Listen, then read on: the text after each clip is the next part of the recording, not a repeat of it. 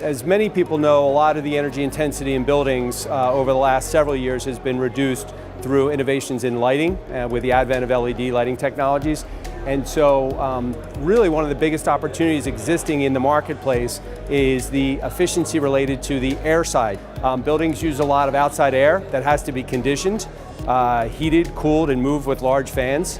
Buildings are typically over-ventilated. They're designed to a prescriptive rate by engineers, typically historically in the past. And so demand-based control takes that and it optimizes the amount of ventilation used in the buildings based upon actual occupancy rates and or based upon the actual conditions of the indoor environment. And you can see here that 30% of energy intensity is related to HVAC and in commercial buildings, but over 60% in labs and critical environments. So we can have an enormous impact on a college campus or in a healthcare research institution by cutting this almost in half. So what we do is, instead of deploying discrete sensors throughout a building, we actually do a centralized sensing approach.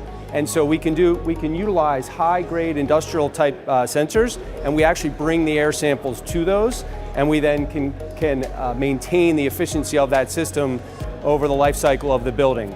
It's far more accurate. We can use better instrumentation and technology, and we can deploy it over a much larger footprint in a commercial building. The use of this green cabling that you see here is our microduct, and it's what enables us to pull a clean air sample through to the system. And that took a lot of years and a lot of technology and investment in order to create that. It has to have the same properties as stainless steel, but it had to be commercially viable to install into a commercial building. So this was a real innovation breakthrough in terms of applying this type of technology. Centralized sensing systems have been around for a while. They've been around since the 50s and 60s, but this now enabled them to be deployed in a commercial application at scale.